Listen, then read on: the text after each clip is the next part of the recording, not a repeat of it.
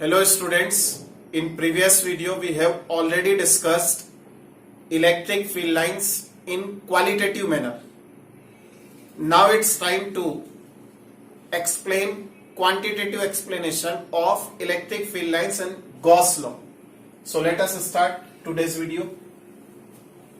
So in explanation of electric field lines in quantitative manner, we have to learn about electric flux.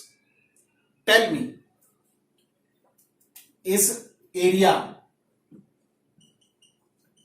scalar और vector?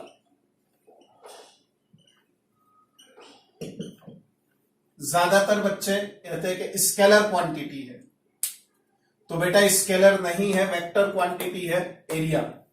बस यहीं से शुरू होता है इलेक्ट्रिक फ्लक्स का कंसेप्ट, इसे ही समझना है सबसे पहले। बहुत सिंपल सा काम है। मान लीजिए मेरे पास में एक रेक्टेंगल है, ठीक है, let us assume a rectangle. अब इस रेक्टेंगल को हमने कंपोनेंट में कंसीडर कर लिया कि इसको 5i कैप, इसका मतलब ये वाली जो लेंथ है ये एक्स एक्सिस के अलोंग है, ये वाली लेंथ y एक्सिस के अलोंग है, इसे मैंने कंसीडर कर लिया 3j कैप। अच्छा बताइए, मैं इन दोनों का अगर डॉट प्रोडक्ट करता हूं, चूंकि यहाँ 90 डिग्री है, तो इन दोनों का डॉट प्रोडक्ट हमें क्या देगा? एरिया। अगर स्केलर माने, हम थोड़ी देर के लिए स्केलर मानेंगे तो क्या होगा? 3j cap dot 5i cap, यही होगा। इसका मतलब आंसर क्या आएगा? 0। क्या इसका एरिया 0 है? नहीं है ना एरिया 0, तो इसका मतलब एरिया क्या होना चाहिए? Vector quantity. अब आप आइए इसका डॉट क्रॉस प्रोडक्ट कीजिए, तो क्रॉस प्रोडक्ट कैसे निकलेगा? वेक्टर को इस वेक्टर के साथ क्रॉस मल्टीप्लाई कर दीजिए। 5i cap cross 3j cap, देखिए आंसर क्या आएगा? 5 3 15। i क्रॉस j हमें क्या देगा? k cap. देखिए ध्यान दीजिए, k कैप। ध्यान से देखिए, एरिया स्केलर है या वेक्टर? वेक्टर। याद रखिएगा, area is vector quantity. Clear है बात? अब हम आगे बढ़ेंगे, इलेक्ट्रिक फ्लक्स के कंसेप्ट को समझने की कोशिश करेंगे। ध्यान से देखिए, तो मान लीजिए हमारे पास में इलेक्ट्रिक फील्ड लाइंस के दो पैटर्न है। पहला पैटर्न ये है, दूसरा पैटर्न ये है। मान लीजिए मेरे पास में एक शीट है, ये शीट है प्लेन शीट। इस प्लेन शीट को मैंने यहां रखा, इसमें कितनी फील्ड लाइंस क्रॉस हो रही है आप ये देखिए। क्या यहां रखने पर, यहां रखने पर, यहां रखने पर, चूंकि ये पैरेलल लाइंस है, तो क्या number of electric field line जो इसको क्रॉस कर रही है चेंज होगी? नहीं होगी, नहीं होगी ना। अब आप समझिए, यहां पर अगर रखा तो देखिए यहां पर इलेक्ट्रिक फील्ड लाइंस ज्यादा है, यहां इलेक्ट्रिक फील्ड लाइंस कम होती जाएगी जैसे जैसे मैं आगे बढ़ता जाऊंगा। इसको क्रॉस करने वाली इलेक्ट्रिक फील्ड लाइंस कम हो जाएगी, होगी कम। इसका मतलब यह हुआ कि हम इलेक्ट्रिक फील्ड लाइंस को डिफाइन कैसे करें? तो डिफाइन करने का तरीका क्या है? डिफाइन करने का एक सिंपल सा तरीका लेते हैं। पहले मैं इसी फील्ड से समझाता हूं, बाद में उस फील्ड पर आते हैं। मान लीजिए मेरे पास में यहां पर एक शीट है, क्लियर है? यहां पर एक शीट है, तो इस शीट से जितनी इलेक्ट्रिक फील्ड लाइंस 90 डिग्री का एंगल बनाते हुए, इस शीट के साथ में 90 डिग्री का एंगल बनाते हुए जितनी number of electric field lines cross कर रही है, बस उसे क्या कहा जाएगा? Electric flux. क्लियर है बात? तो क्या बनी इलेक्ट्रिक फ्लक्स की definition? Number of electric field lines passing through an area normally 90 degree के एंगल पर। देखो 90 डिग्री के एंगल पर, यहां से भी समझ में आ जाएगा कि यहां पर 90 डिग्री के एंगल पर जितनी इलेक्ट्रिक फील्ड लाइंस पास होगी पर्टिकुलर एरिया से, बस उसी को क्या कहा जाएगा? Electric flux. Linked with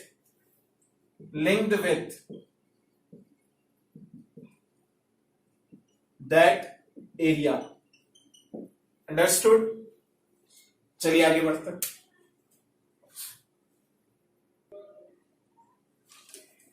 Now think, if this sheet is rotated by angle theta, are you getting? समझिए, अभी फिलहाल यहां पर जो ये एरिया है, इस एरिया का एरिया वेक्टर किस डायरेक्शन में? ये रहा एरिया वेक्टर, इस डायरेक्शन में। अब मैंने क्या किया, इस शीट को रोटेट कर दिया, रोटेट किया तो ऐसे कर दिया रोटेट। क्लियर है बात?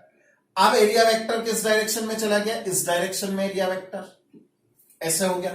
पहले शीट ऐसी थी, एरिया वेक्टर हमेशा याद रखिए एरिया वेक्टर की डायरेक्शन क्या रहती है, जो शीट अगर है तो 90 डिग्री पर आउटवर्ड, शीट के बाहर निकलते हुए 90 डिग्री के आउटवर्ड, क्लोज्ड सरफेस है तो 90 डिग्री का एंगल बनाते हुए बाहर की तरफ, 90 डिग्री का एंगल बनाते हुए बाहर की तरफ। जैसे आपके पास में एक स्फीयर है तो स्फीयर के लिए क्या रहेगा बेटा, उसके सेंटर से बाहर की तरफ रेडियली आउटवर्ड। क्लियर है बात? फिलहाल हम यहां पर देख रहे हैं कि ये जो शीट है, इस शीट के साथ में 90, ये शीट को हमने टिल्टेड कर दिया तो इसका एरिया वेक्टर भी थीटा एंगल से रोटेट हो जाएगा। अगर यहां थीटा एंगल बनेगा तो ये भी थीटा एंगल से रोटेट हो जाएगा। अब अगर यहां पर ये जो शीट है ये थीटा एंगल से रोटेट हो गई तो थीटा एंगल से रोटेट होने के बाद क्या होगा, इलेक्ट्रिक फ्लक्स की जो डेफिनेशन है उसका रोल शुरू होता है। इलेक्ट्रिक फ्लक्स लिखने के लिए क्या करेंगे हम, phi is equal to, electric flux को किससे रिप्रेजेंट करेंगे, फाई से। Electric flux phi is equal to, ध्यान से देखिए क्या करना है, ई तो एज इट इज, ये तो इलेक्ट्रिक फील्ड इंटेंसिटी हो गई, चूंकि ये पैरेलल लाइंस है इसलिए एक जैसी इलेक्ट्रिक फील्ड लाइंस। अब इसके साथ में एरिया वेक्टर की डायरेक्शन क्या है बेटा, थीटा एंगल पर है तो सबसे पहले ए का वो कंपोनेंट निकालिए जो इलेक्ट्रिक फील्ड की डायरेक्शन में हो, जो इलेक्ट्रिक फील्ड की डायरेक्शन में। समझने की कोशिश कीजिए, ये इलेक्ट्रिक फील्ड की डायरेक्शन है और यहां पर ये एरिया वेक्टर की डायरेक्शन है। एक्चुअल में इलेक्ट्रिक फील्ड लाइंस हमें क्या समझाती है, डायरेक्शन ऑफ इलेक्ट्रिक फील्ड। तो ध्यान दीजिए ये एरिया वेक्टर का अगर मैं थीटा एंगल के साथ में कंपोनेंट निकालू यहां पर तो क्या निकलेगा, ए कॉस थीटा। बस ये जो ए कॉस थीटा आया इसको ई के साथ मल्टीप्लाई कर दीजिए तो phi is equal to E A cos theta. क्योंकि ई भी वेक्टर क्वांटिटी है, ए भी वेक्टर क्वांटिटी है, तो बताइए बेटा यहां पर डॉट प्रोडक्ट आएगा क्रॉस प्रोडक्ट। ध्यान से देखिए ई ए कॉस थीटा, ई क्या है electric field, vector quantity A क्या है वेक्टर क्वांटिटी, कॉस थीटा आ रहा है, इसका मतलब phi is equal to vector E dot A. Clear है बात? ये इलेक्ट्रिक फील्ड की इलेक्ट्रिक फ्लक्स की डेफिनेशन बनी। इलेक्ट्रिक फ्लक्स अगर आपको कैलकुलेट करना है तो phi is equal to E dot A. आगे है तक समझ में? आप चाहे तो इसे कॉपी कर लीजिए। देखिए फर्स्ट डायग्राम पर डिस्कशन कंप्लीट हो गया, बहुत सिंपल सा काम था, हमने कर लिया। Now move to second diagram. Second diagram जो यहां पर बना हुआ था वो ये इस तरह का था कि जहां पर इलेक्ट्रिक फील्ड लाइंस शो कर रही थी कि नॉन यूनिफॉर्म इलेक्ट्रिक फील्ड है। प्रीवियस डायग्राम में क्या था, यूनिफॉर्म इलेक्ट्रिक फील्ड था। तब हमने डिफाइन कैसे किया इलेक्ट्रिक फ्लक्स को, phi is equal to E dot del S. अब क्या होगा जब ये इलेक्ट्रिक फील्ड यहां पर आएगा, मतलब इस तरह का नॉन यूनिफॉर्म इलेक्ट्रिक फील्ड होगा, तो मान लीजिए मेरे पास में ये शीट है, क्या इस शीट के हर पॉइंट पर यानी हर कंपोनेंट पर, देखिए ध्यान दीजिए, हर कंपोनेंट पर इलेक्ट्रिक फील्ड की जो डायरेक्शन है क्या हर कंपोनेंट के लिए सेम रहेगी? नहीं ना, सेम नहीं रहेगी। जब सेम नहीं रहेगी तो पर्टिकुलर मतलब कोई भी एक कंपोनेंट कंसीडर किया, आयत कंपोनेंट, आयत पार्ट, अगर इसका आयत एलिमेंट कंसीडर किया जाए तो उस आयत एलिमेंट पर नेट इलेक्ट्रिक फ्लक्स कितना रहेगा कंसीडर कर सकते हैं, phi I is equal to E I dot delta A I. Clear है बात?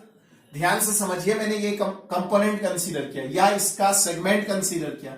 इस सेगमेंट के लिए इसका एरिया वेक्टर डेल ए आई, इसके लिए इलेक्ट्रिक फील्ड इंटेंसिटी की डायरेक्शन ई आई, दोनों का डॉट प्रोडक्ट करेंगे तो फाई आई। पर्टिकुलर इसके लिए आया ना, इन सभी को अगर मैं इस तरह से ऐड कर दूं तो नेट इलेक्ट्रिक फ्लक्स आएगा। तो नेट इलेक्ट्रिक फ्लक्स कैसे कैलकुलेट करेंगे, summation E I dot delta A I. आया यहां तक समझ में?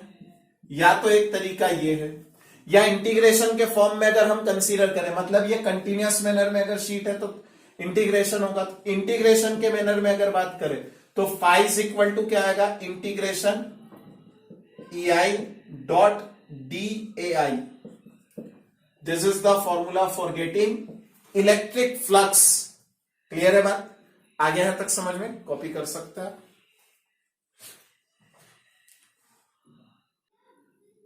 Now next topic is unit and dimensions of electric flux. तो बच्चों देखो, इलेक्ट्रिक फ्लक्स का हमने रिलेशन क्या देखा? Vector E dot vector delta A. इस तरह का हमने एक रिलेशन देखा, या ऐसा रिलेशन देखा कि phi is equal to vector E dot vector A. ये हमारे पास में इलेक्ट्रिक फ्लक्स का रिलेशन आया। अगर मैं इस इलेक्ट्रिक फ्लक्स के रिलेशन में इलेक्ट्रिक फील्ड इंटेंसिटी की यूनिट देखूं, तो what is the unit of electric field intensity? Electric field intensity की यूनिट होती है न्यूटन पर कूलम। एरिया की यूनिट क्या होती है बेटा? Metre square. अब देखकर बताइए फाई की यूनिट क्या बनेगी? न्यूटन मीटर स्क्वायर पर कूलम। ये ऐसा यूनिट हो गई। आइए इसके ये ऐसा यूनिट हो गई, है ना? इसके डायमेंशन पे चर्चा करते हैं। तो फाई का डायमेंशन क्या बनेगा? फाई का डायमेंशन फॉर्मूला न्यूटन के लिए, मतलब फोर्स के लिए डायमेंशन फॉर्मूला क्या होता है? mL/-2। क्लियर है? m मतलब मीटर, मतलब लेंथ का स्क्वायर कर दीजिए। यहां कूलम है, कूलम मतलब 80, लेकिन इनवर्स में है, इसका मतलब A inverse T inverse. Clear है बात? अब इसे सॉल्व कर लीजिए, मल्टीप्लाई करके लिखना ही है। देखिए mL3T⁻³ A⁻⁻1, this is the dimensional formula. Note down it. Now let us we think that we have a triangular sheet. Clear? Triangle shape की हमारे पास में एक शीट है। इस शीट के एक कॉर्नर पर, एक एंड पर, मतलब एक वर्टेक्स पर चार्ज है Q। क्लियर है बात? एक शीट है हमारे पास में, इस पर चार्ज Q है। प्लस Q चार्ज की वजह से हमें क्या कैलकुलेट करना है? इस जो ये जो हमारे पास में शीट है, इस शीट पर इलेक्ट्रिक फ्लक्स कितना होगा। कैसे कैलकुलेशन करेंगे? बहुत सिंपल सा कैलकुलेशन है, समझने की कोशिश कीजिए मैं क्या समझाना चाह रहा हूं। अगर मैं कैलकुलेशन इस तरह से करूं कि यहां पर इस शीट के किसी भी पॉइंट पर, हर पॉइंट पर इलेक्ट्रिक फील्ड निकलेगा ना, इस शीट के हर पॉइंट पर इलेक्ट्रिक फील्ड। अच्छा, इलेक्ट्रिक फील्ड की डायरेक्शन क्या होगी? ऐसे हर पॉइंट पर आप समझने की कोशिश कीजिए, ऐसे रहेगी। हर पॉसिबल डायरेक्शन में इलेक्ट्रिक फील्ड निकलेगा। अब फील्ड तो इसके बाहर भी आएगा, ऐसे भी आएगा, लेकिन इस फील्ड से हमें इस शीट के इसके लिए क्या मतलब? हमें तो सिर्फ इस पूरी शीट पर जो पॉइंट है वहां पर इलेक्ट्रिक फील्ड देखना है कि कैसा है।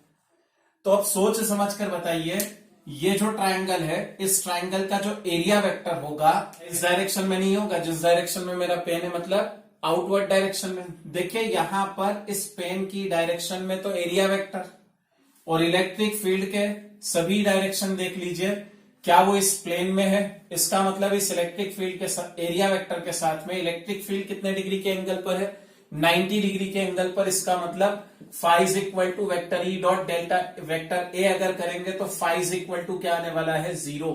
क्यों आने वाला है 0? Since theta is equal to 90 degree.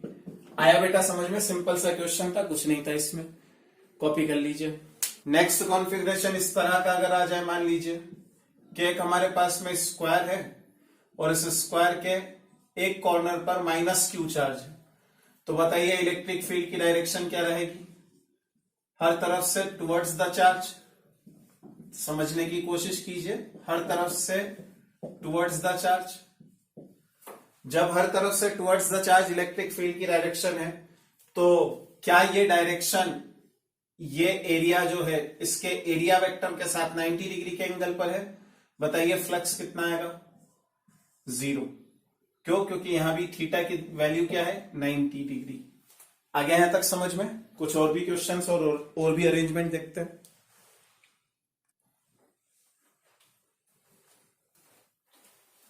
मान लीजिए नेक्स्ट कॉन्फ़िगरेशन दे रखा है कि यूनिफॉर्म इलेक्ट्रिक फील्ड है और उस यूनिफॉर्म इलेक्ट्रिक फील्ड में एक क्यूबॉइडल शेप का बॉक्स रखा हुआ है। इस बॉक्स से कितना इलेक्ट्रिक फ्लक्स डेवलप होगा या इसमें कितना इलेक्ट्रिक फ्लक्स रहेगा। आप इस तरह से समझिए कि जो नेट इलेक्ट्रिक फ्लक्स निकालना है हमें, वो ये वाला बॉक्स है, इस बॉक्स से निकालना है। इस बॉक्स के इस वाली सरफेस से यहां से इलेक्ट्रिक फील्ड एंटर होगा और यहां से इलेक्ट्रिक फ्लक्स या इलेक्ट्रिक फील्ड लाइंस बाहर निकलेगी। क्लियर, यहां से एंटर होगी, यहां से बाहर निकलेगी। तो जितना इलेक्ट्रिक फ्लक्स एंटर होगा उतना ही इलेक्ट्रिक फ्लक्स बाहर निकलेगा, जितना इलेक्ट्रिक फ्लक्स एंटर होगा उतना ही इलेक्ट्रिक फ्लक्स बाहर निकलेगा। इसका मतलब नेट इलेक्ट्रिक फ्लक्स कितना हो जाएगा। देखो इन सभी सरफेसेस पर समझने की कोशिश कीजिए। कौन सी सरफेस, ये वाली सरफेस, ये वाली सरफेस, ये सरफेस और ये वाली सरफेस, है ना। इन चारों सरफेस पर तो नेट इलेक्ट्रिक फ्लक्स जीरो रहेगा। क्यों रहेगा जीरो, इसके पहले वाले एग्जांपल, दोनों एग्जांपल में हमने पढ़ा कि ये वाली जो सरफेस होगी, इस सरफेस में अगर हम देखेंगे तो क्या होगा बेटा, यहां पर इलेक्ट्रिक फील्ड इंटेंसिटी की डायरेक्शन या इलेक्ट्रिक फील्ड की डायरेक्शन, फील्ड लाइंस की डायरेक्शन, और ये इसकी डायरेक्शन, इसका एरिया वेक्टर 90 डिग्री के एंगल पर। ऐसा कंडीशन, इस कंडीशन में आ जाएंगे हम। जब ये कंडीशन बनेगी तो यहां पर 90 डिग्री का एंगल, यहां 90 डिग्री का एंगल, यहां भी 90 डिग्री का एंगल, यहां भी 90 डिग्री। तो इससे तो फील्ड फ्लक्स जीरो हो गया। अब जितना फ्लक्स यहां पर एंटर हुआ उतना ही फ्लक्स बाहर निकल गया। बताइए नेट फ्लक्स इसके पास कितना बचा, जीरो। आया है तक समझ में बेटा, इसमें नेट फ्लक्स कितना रहेगा, जीरो। आप चाहे तो एक तरीका तो ये था, दूसरा तरीका ये भी है। देखिए यहां पर बहुत सिंपल तरीके से हमने निपटा दिया था, एक और तरीके से इसे समझने की कोशिश करते हैं। मान लीजिए ये एक्स वाई नहीं, मान लीजिए ये A B C D E F G और एच भी है अंदर की तरफ, ठीक है। तो ध्यान से समझने की कोशिश कीजिए, ये मेरे पास में है, ठीक है, ये एच। आप ध्यान से देखिए, जो face A B H G है, face A B H G, अगर मैं यहां पर इसे कंसीडर करता हूं एच, क्या कंसीडर करूं, मान लीजिए एक्स कंसीडर किया, इसे वाई कंसीडर कर लिया और इसे z कंसीडर कर लिया, ठीक है। तो यहां पर ये वाला ये हाइट जो है वो कितनी है, h। तो इसका एरिया कैसे निकालेंगे, इसका एरिया आएगा x मल्टीप्लाई, देखिए यहां पर ये z, तो xz, क्या आ गया आंसर, xz।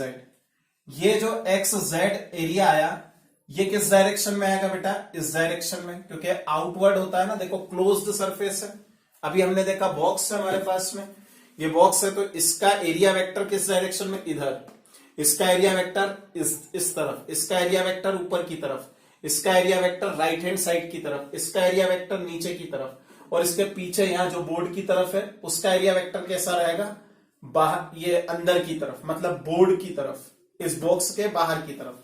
तो इसका मतलब यहां पर एरिया वेक्टर की डायरेक्शन ये रही, ये एरिया आया, और इस एरिया वेक्टर की डायरेक्शन हम क्या लिखेंगे, अगर मैं इस डायरेक्शन को पॉजिटिव आई कैप कंसीडर करता हूं तो ये डायरेक्शन क्या रहेगी, माइनस आई कैप।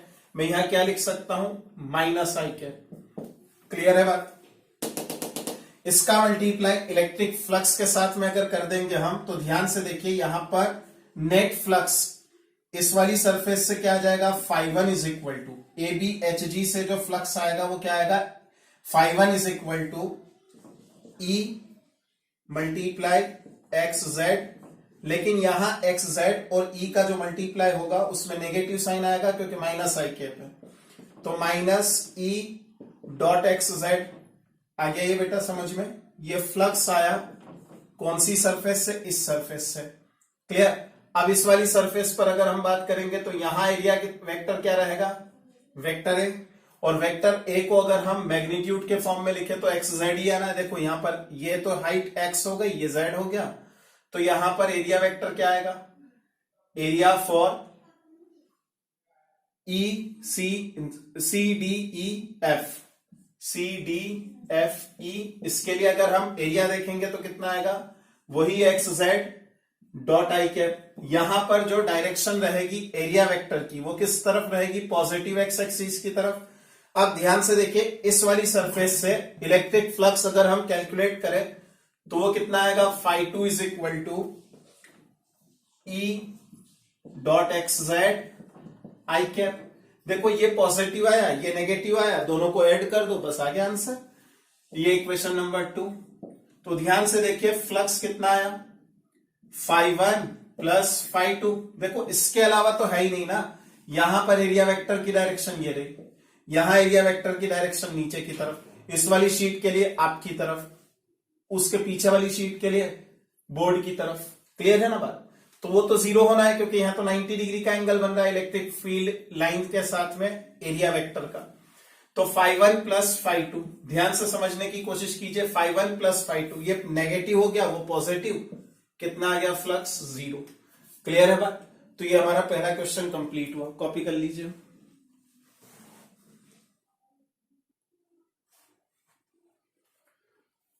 तो बेटा अगला जो क्वेश्चन है हमारे पास में, उसमें एक हमें राइट एंगल ट्राइंगुलर बॉक्स दे रखा है। अब एक इस तरह का बॉक्स है, मैं आपको समझा देता हूं। देखिए इस तरफ मान लीजिए ये हमारे पास में बॉक्स का बेस है ना। आप इस तरह से कंसीडर कीजिए कि ये यहां पर ये ट्राइंगुलर बॉक्स है मेरे पास में, ऐसा थोड़ा बहुत आपको शायद दिखाई देने लगा होगा। इस तरह का बॉक्स है, ठीक, इस तरह का बॉक्स है। ये जो बॉक्स है, इस बॉक्स के लिए हमें इलेक्ट्रिक फ्लक्स निकालना है इससे रिलेटेड। तो कैसे कैलकुलेट करेंगे, थोड़ा सा समझने की कोशिश करते हैं।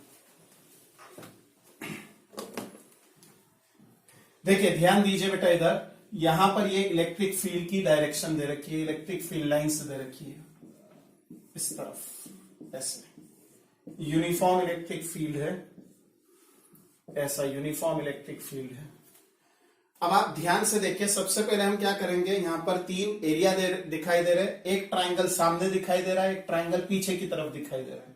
कुल मिलाकर हमें 5 सरफेस दे रखी है, लेकिन सामने वाली सरफेस और उसके पीछे वाली सरफेस से हमें कैलकुलेशन नहीं करना है, नीचे बेस से कैलकुलेशन नहीं करना है। उसकी वजह आपको पता है, वहां पर 90 डिग्री का एंगल बन रहा है। खैर हम बात शुरू करते हैं किस तरह से, कि सबसे पहले हम PQSTU, ये वाली जो सरफेस है, इस तरफ वाली वर्टिकल जो सरफेस है, इस वर्टिकल सरफेस का अगर हम एरिया निकालें, तो एरिया निकालने के लिए हमारे पास में देखिए क्या नहीं है, जो चीज नहीं है वो समझ लेते हैं।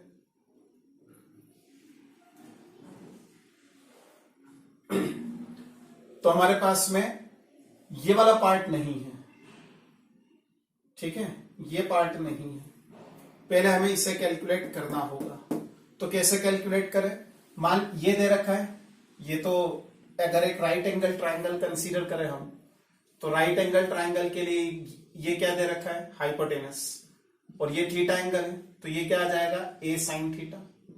सिंपल आएगा ना बेटा, A sin थीटा। ध्यान से देखिए यही आ रहा है। अब ये वाली जो सरफेस, ये वाली जो साइड है, चूंकि ये रेक्टेंगल्स है ना, अगर ये रेक्टेंगल्स है तो क्या होगा, ये वाली हाइट, ये वाली साइड, ये वाली साइड इक्वल है। इसे कुछ भी कंसीडर कर लेता हूं मैं, x कंसीडर कर लेता हूं, तो ये दोनों इक्वल हो गए x के। अब मुझे क्या करना है, अब मुझे ये करना है कि सबसे पहले इस वाली सरफेस से फ्लक्स निकालना है, फिर इस टिल्टेड सरफेस से फ्लक्स निकालना है, दोनों को ऐड करना है। बाकी तो सब 0 हो रहा है फ्लक्स, इसलिए मैं उसे कैलकुलेट नहीं करूंगा, ठीक है। तो ध्यान से देखिए, इस वाली सरफेस से यानी PSTU फॉर सरफेस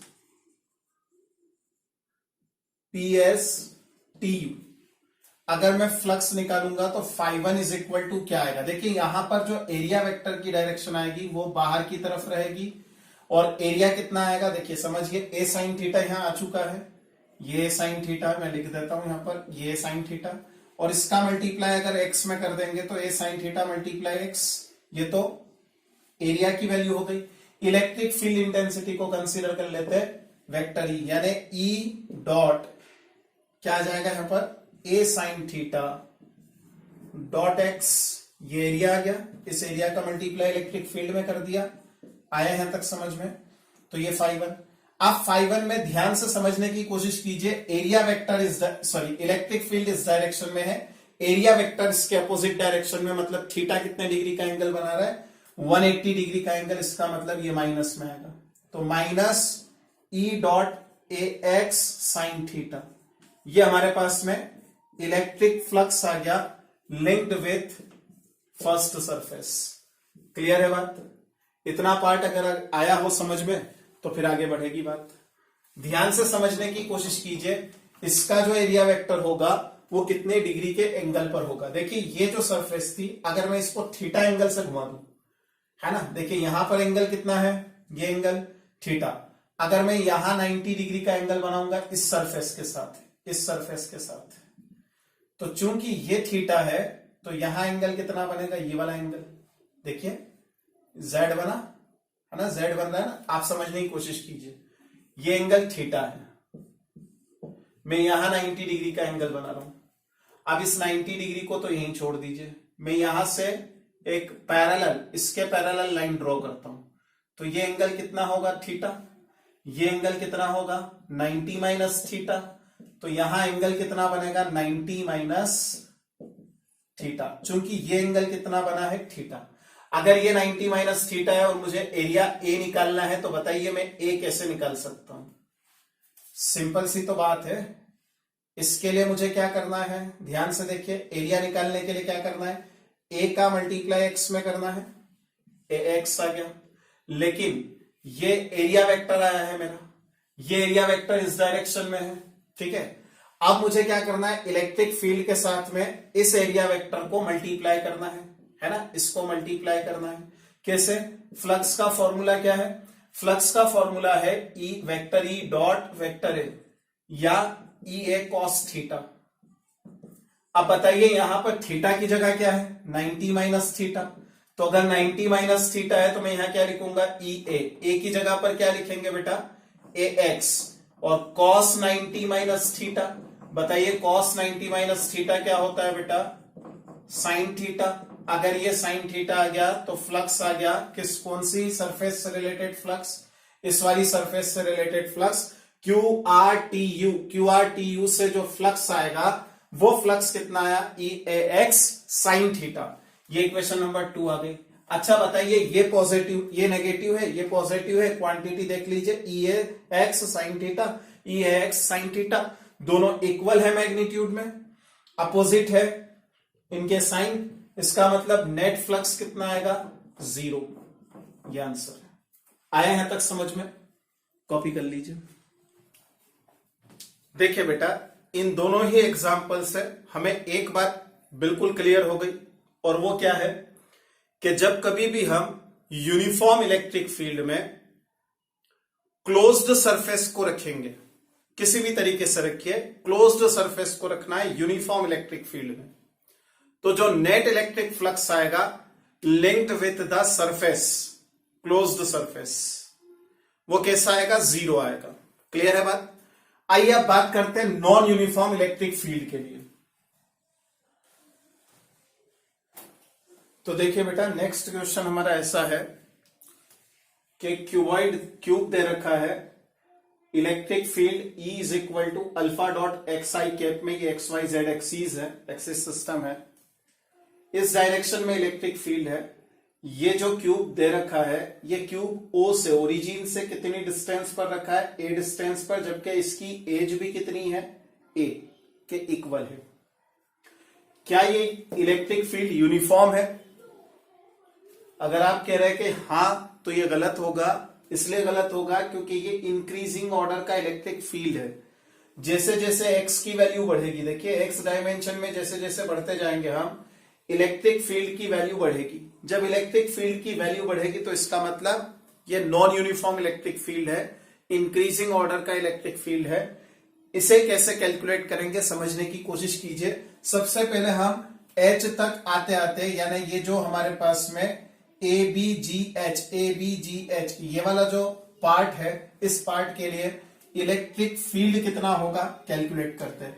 मान लीजिए मैं ये वाला जो एरिया है इसे मैं A1 कंसीडर कर लेता हूं, और ये वाला जो एरिया है मेरे पास में इसे मैं A2 कंसीडर करता हूं। देखिए ये वाला जो एरिया होगा वो ऊपर की तरफ होगा, इसी तरीके से ये नीचे की तरफ, एक आपकी तरफ और एक बोर्ड की तरफ, ठीक है ना।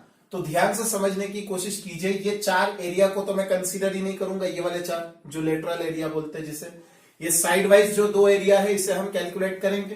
तो पहले हम निकालेंगे A1 जो किस डायरेक्शन में रहेगा, इस डायरेक्शन में, A2 किस डायरेक्शन में रहेगा, इस डायरेक्शन में। इन दोनों को हम कैलकुलेट करके E की वैल्यू सब्सटीट्यूट कर, जो फॉर्मूला है वो फॉर्मुलेशन करेंगे। तो सबसे पहले E को निकालते हैं। वेक्टर E1, वेक्टर E1 क्यों बोल रहा हूं मैं, आप समझिए, इसका मैग्नीट्यूड निकालना है। E1 इस वाली सरफेस के लिए जो भी 1 सबस्क्रिप्ट होगी वो पहली सरफेस ये वाली जो सरफेस है, ठीक है, और दूसरी सरफेस ये है, इसके लिए मैं सबस्क्रिप्ट यूज करूंगा 2। तो ध्यान से देखिए, जो E1 सरफेस है उसका सॉरी ये जो फर्स्ट सरफेस है इसके लिए इलेक्ट्रिक फील्ड कितना होगा। देखिए यहां x कहां से शुरू हो रहा है, यहां से, ओरिजिन से। यहां 0, फिर 1 लिखेंगे तो यहां 1 आ जाएगा, 2 लिखेंगे तो 2 आएगा, a लिखेंगे तो कितना आएगा, अल्फा डॉट ए। आई कैप है तो मैग्नीट्यूड तो हटा, मैग्नीट्यूड लेना, ये मैग्नीट्यूड आ गया। अच्छा बताइए, E1 की डायरेक्शन और A1 की डायरेक्शन क्या अपोजिट है, अपोजिट है तो माइनस साइन आएगा, 180 डिग्री का एंगल बन चुका है। तो फ्लक्स φ1 इज इक्वल टू कितना आ जाएगा बेटा, अल्फा डॉट ए, ये तो इलेक्ट्रिक फील्ड की वैल्यू आ गई, डॉट इसका एरिया क्या होगा बेटा, क्यूब है ना, क्यूब के तो हर साइड इक्वल होती है और साइड क्या है, ए के इक्वल, यानी कितना आ जाएगा, ए स्क्वायर। तो कुल मिलाकर अब हमारे पास में आंसर क्या आ गया है, φ1 is equal to alpha dot A cube, लेकिन किस डायरेक्शन में, अपोज। देखिए ये डायरेक्शन तो रहेगी नहीं क्योंकि ये तो स्केलर क्वांटिटी है फ्लक्स। तो इक्वेशन नंबर 1 क्लियर। इसी तरीके से हम क्या कैलकुलेट करेंगे, ई कैलकुलेट करेंगे। देखिए ई कितना रहेगा, E2 कितना रहेगा, मतलब सेकंड वाली साइड पर अगर हम इलेक्ट्रिक फील्ड इंटेंसिटी देखें तो वो इलेक्ट्रिक फील्ड इंटेंसिटी कितनी रहेगी, इस वाले फॉर्मूला से जो दे रखा है क्वेश्चन में, कितना रहेगा। देखिए ध्यान दीजिए, अल्फा डॉट, मैग्नीट्यूड निकाल रहा हूं बेटा मैं, डायरेक्शन की बात नहीं कर रहा हूं, अल्फा डॉट, यहां पर देखिए ये ए, ये प्लस है, कितना आ गया, ये 2 है, तो कितना आ जाएगा 2 अल्फा डॉट ए। ये तो हमारे पास इलेक्ट्रिक फील्ड आ गया। अब हमें क्या निकालना है, फ्लक्स निकालना है इससे रिलेटेड। तो फ्लक्स कितना निकलेगा, देखिए समझिए, φ2 is equal to vector E2 का मैग्नीट्यूड और A2 का मैग्नीट्यूड, दोनों मल्टीप्लाई कर दीजिए। कैसे निकलेगा, E2 कितना आया, 2 अल्फा ए, ये 2 अल्फा ए डॉट A2 कितना आ जाएगा बेटा, ए स्क्वायर, रिजल्ट आएगा 2 अल्फा ए क्यूब। ये φ2 आ गया हमारे पास में, इक्वेशन नंबर 2। इन दोनों इक्वेशन को सॉल्व करने पर जो नेट रिजल्ट आएगा वो इलेक्ट्रिक फील्ड इंटेंसिटी हो जाएगी। देखिए सॉरी, इलेक्ट्रिक फ्लक्स आ जाएगा, नेट इलेक्ट्रिक फ्लक्स। तो नेट इलेक्ट्रिक फ्लक्स कितना आ गया, φ इज इक्वल टू ये वाला और ये वाला दोनों को ऐड ही करना है, φ1 प्लस φ2। तो φ1 प्लस φ2 अगर करेंगे तो देखिए कितना आया, माइनस अल्फा ए क्यूब प्लस 2 अल्फा ए क्यूब, मतलब अल्फा ए क्यूब। ये आंसर, क्लियर बात, कॉपी कर लीजिए।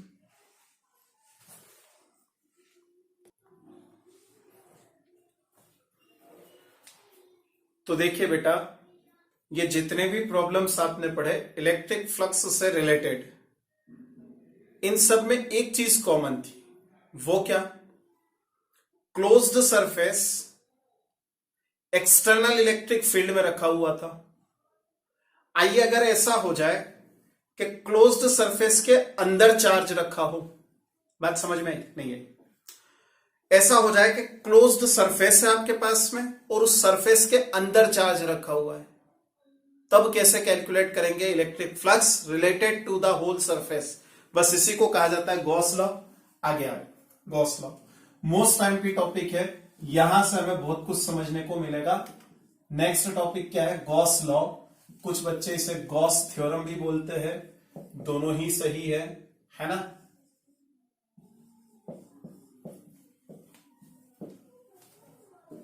गॉस लॉ या गॉस थ्योरम क्या कहता है, गॉस लॉ या गॉस थ्योरम समझने की कोशिश कीजिए। According to this theorem, according to this theorem, the net electric flux linked with a closed surface is equal to the 1 upon epsilon naught times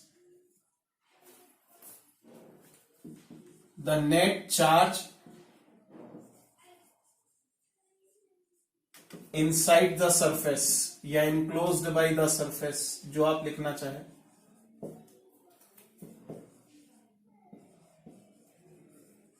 Clear?